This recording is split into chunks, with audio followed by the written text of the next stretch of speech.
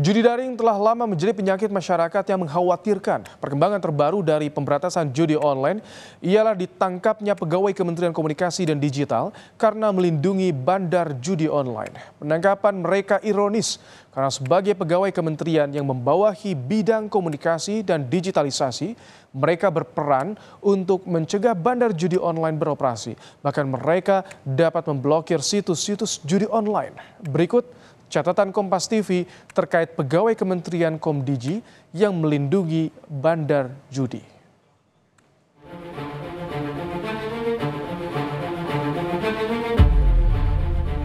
Jumlah tersangka dalam kasus judi daring yang melibatkan pegawai Kementerian Komunikasi dan Digital atau Komdigi bertambah menjadi 14 orang. Dari jumlah itu, 11 orang adalah pegawai kementerian yang terlibat praktik judi daring. Jumat lalu, polisi membawa 2 tersangka ke ruko di Bekasi Selatan yang diduga menjadi tempat pengoperasian judi daring. Polisi menemukan 12 perangkat komputer dan fasilitas lain yang diduga menjadi sarana bagi para tersangka untuk menjalankan aksinya. Alih-alih memblokir situs judi, oknum pegawai kementerian ini justru melindungi situs tersebut agar tidak diblokir oleh sistem. Terkait penyalahgunaan wewenang oleh oknum pegawai pada kementerian yang menerima sesuatu untuk tidak melakukan tugas dan fungsinya. Salah satu tersangka judi online ini mengaku dari 5.000 situs judi online yang seharusnya diblokir, hanya 4.000 yang benar-benar dilaporkan untuk diblokir. Sedangkan 1.000 situs lainnya dijaga agar terhindar dari pemblokiran. Tersangka mengaku mendapat 8,5 juta rupiah dari setiap pengelola situs yang tidak diblokir. Dari 5.000 itu tergantung juga Pak, karena bisa ada yang masuk, bisa ada yang enggak. Masuk apa? Paling 4.000-an Pak yang masuk. Yang masuk apa? Yang dilaporkan. 4.000-an, berarti yang itu kenapa nggak dilaporkan? Di itu Pak, di Bina. Hah? Di kita Bina juga Pak.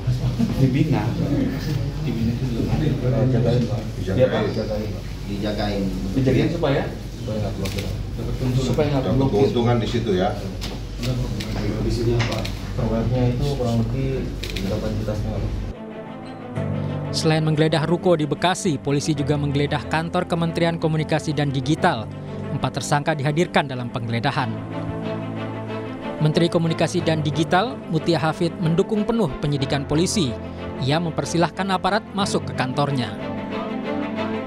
Kita amat mendukung dan sekali lagi membuka pintu kepada kepolisian untuk melakukan jika diperlukan pengembangan penyidikan ke dalam, termasuk kalau memang harus masuk ke kantor kami di Komdigi.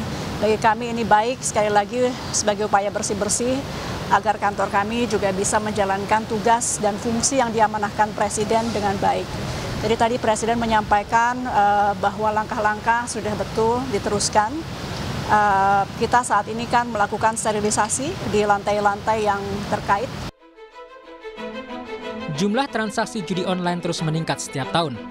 Pada 2021, transaksi mencapai 43,6 juta. Setahun kemudian naik jadi 104,8 juta. Tahun 2023, transaksi judi online 168 juta. Di tahun 2024, sejak Januari hingga Juni, jumlahnya mencapai 60 juta. Nilai transaksinya pun tak tanggung-tanggung. Di tahun 2021 mencapai 57,9 triliun rupiah. Tahun 2022 dan 2023 masing-masing 104,4 triliun dan 327 triliun. Serta pada tahun 2024 hingga bulan Juni mencapai 101 triliun rupiah. Fenomena judi online menjadi tantangan besar di era digital. Edukasi, penegakan hukum dan dukungan sosial yang kuat menjadi langkah preventif mencegah masifnya judi online di Indonesia. Tim Liputan Kompas TV.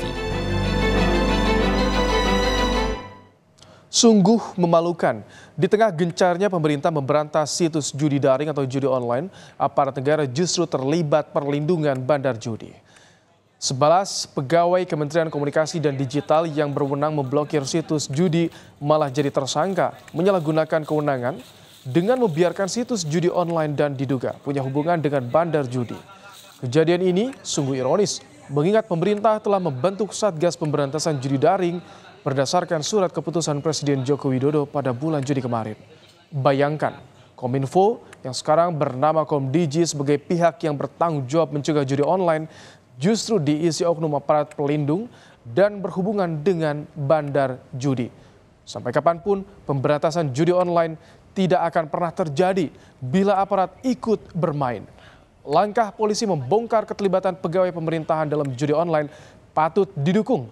Jangan berhenti di 11 pegawai yang sudah jadi tersangka, tetapi harus dicari hingga ketemu siapa yang berada di belakangnya.